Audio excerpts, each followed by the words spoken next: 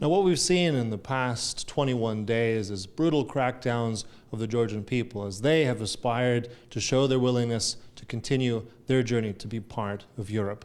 Now, one woman who has stood the course, who very much has been and is still continues to be President of Georgia, Ms. Salome Zourabichvili, has acted on their behalf, and she's here now speaking to TVP World about the future of Georgia and how that relationship impacts not just the region, but Europe as a whole. Madam President, thank you so much for joining us. I want to just start with a quote from Kaja Kallas, the new High Rep. Now, she said some time ago, democratic backsliding will have direct consequences. But if we look at what the EU has done so far, would you say that that's satisfactory in your mind? Well, it's certainly in line with what we know of how democracies react to autocracies and how Europe reacts to Russia. It's very difficult for 27 countries together to resort to the serious measures that need consensus. But what we would expect more, we have had a lot of moral support, political support from almost all the partners, except one or two. But for the rest, very strong support from the Baltic states, from Poland, from Germany, from the French president that had something that was very rare, this type of direct allocation to the population. So on that side, I can say that there was an adequate reaction from the European Union. I think that they are in the process of measuring what that means. And you were saying, well, democratic backsliding. It's not democratic backsliding. It's much more than that. It's really the imposition of a Russian model in Georgia, which was one of the old and strongest democratic models in the region. That means that Russia is testing a new ground, which is not military intervention, which has not given them the results that they were expecting very clearly, whether it's in Ukraine or whether it's in Syria. They're testing something new, which is using the elections as an instrument which allows them to consolidate their proxies and in that way take away a country that is striving for democracy and towards Europe, towards its own zone of influence. And that is what the Europeans should be very concerned, because this instrument of electoral war is something that has been used and tested not only in Georgia, without much reaction yet on the elections themselves, where everybody should have said that is intolerable. And we've seen after that in Romania. And then suddenly more reaction. And then people remembered that Moldova had almost fallen for the same type of attacks, but was saved by its diaspora. So then it's clear that it's a strategy, that it's not just one country or the other, that it's not something that translates or division of Georgia towards its European future. Georgia remains united. The 80% of the population that want Europe have not gone anywhere, and they are on the streets. So what happened? Clearly, that's a demonstration that the elections were very much stolen, and it's a demonstration that the ruling party manages to intimidate, to put under control a small but a part of the population, and not a small, a very big part of the institutions. And that's what has been to be confronted directly, understood and confronted. Mm-hmm. Now, you said that this is a kind of a strategy by the Kremlin. You spoke here in the parliament addressing MEPs about this Russian direction of the Georgian Dream Party.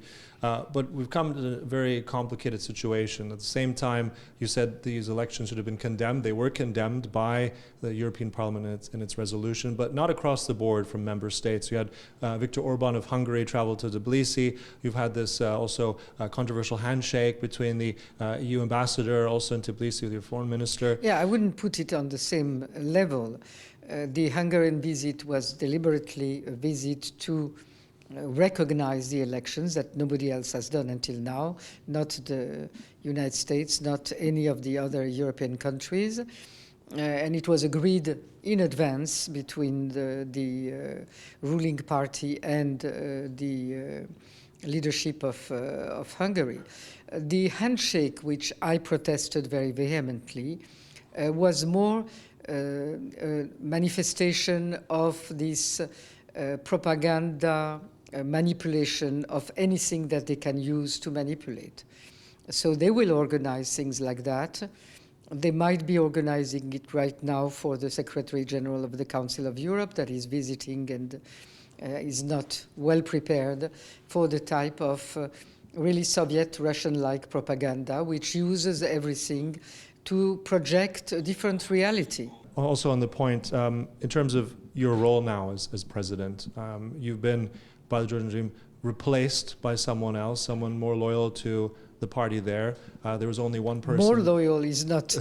Well, in terms of a candidate that they've seemed to favor, Mr. Kavalyashvili. So what does that mean now for your role? How do we view this person now in Tbilisi? What is your role now in the future? What are your next Well, plans? I think that with the lack of effective instruments that, as you mentioned, the European Union has to deal with that type of it's not a problem, it's more than a problem. It's clear that the minimum what they can do is not recognize a president that is clearly designated. There was one name on one list that was read by everyone, by a parliament that is not legitimate because it has violated a number of constitutional requirements and following elections that were stolen. So I understand that there might be moments when, if it is to put pressure, when our European partners will have to talk to someone in order to transmit the very harsh messages, which is the least they can do if there is nothing else they can do. But he doesn't belong in that category. He will be used only for that to counter me in a way to take out the people's legitimacy which I'm carrying, the state continuity, and to be at this stage the only left independent institution. So if they can kill that by having and projecting this new president or so-called president, then they will achieve that. So I think that the policy of the European partners has to be clear about their approach to this situation. Mm-hmm. And also, we're sitting here in Strasbourg at the moment. We know that there's a large diaspora community of Georgians here. You mentioned that also in your speech. There's clearly those people that would support you, not just in Georgia, but also across Europe and the world. But what of your future now? Will you be returning to Georgia? Will your I've future... not left Georgia. I came for 24 hours. There is no question about leaving Georgia. I'm there. And as I mentioned, I do not want, I mean, I see some not calls, but suggestions that I would become, I don't know, Tikhanovskaya or the Venezuelan president, which they recognize once he's in exile. And I heard that today probably there is a Sakharov Prize also. I do not want that once everything is finished. What is the use of being supported? I need to be supported now in my country, together with my population. Mm-hmm. But I mean, you are someone who has stood the ground very much for your people, that European path. How does that impact you emotionally? I mean, are you afraid when you return to Tbilisi? Do you fear for yourself or for your people? Everybody, I think, to some extent fears something because we are really in a police state, a criminal state, and Russian-type state. So how can you say that you do not fear anything? But then the stake is so high, it's deciding really for the future of this country, for the independence of this country, and my grandparents and parents left this country because of the Russian occupation. I'm not going to do that. Mm-hmm. Now, there's some serious sanctions that could be employed. I mean, the United States Treasury with OFAC, for instance, which would significantly impact, I mean, if we're looking at potentially oligarchs or other Georgian individuals, we haven't seen that kind of sanctions package. We haven't seen that on the European level either. The question is, would that be enough to dissuade Georgian Dream to change its course? Well, nobody knows what would be enough to dissuade them, because it depends on the level to which they are under strict control by Russia. What I've described is that they are acting and behaving and creating a state that is on the Russian model, but nobody can say how much they are completely in the hands of Moscow. So that is something that has to be tested by our partners, and the best way to test it is really to see, and that's more of the American sanctions, who can reach to the elite that is around Mr. Ivanishvili. But that will depend on the new administration, probably.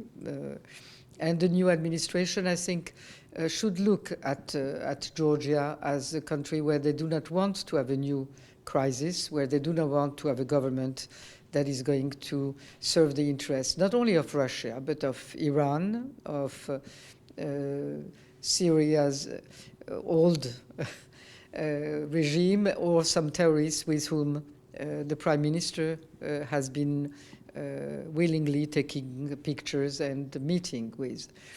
So the stake there too is to know whether the United States want to have stability, wants to have security in the Black Sea, and across the Caucasus, which is in their hands. Mm-hmm. And also an enduring message that you have to the European Union, to leaders across the bloc of your presence here. What would you like Europe and the world to do next for Georgia? Well, support the Georgian population and help us to get the only way out, that is a peaceful way out of this situation, elections, free and fair elections, that will return Georgia on its European path. It's not a revolution. Georgian Dream will probably stay to the extent and with the percentage that it deserves really in the population. And then we can have a coalition government. That's the normal path for normal Georgia, normal European Georgia. Mm-hmm. All right. Thank you, Madam President, so much for your time. And thank you for watching. That was Sascha Fahrbach speaking to Georgia's President Zourabichvili here at the European Parliament for TVP World.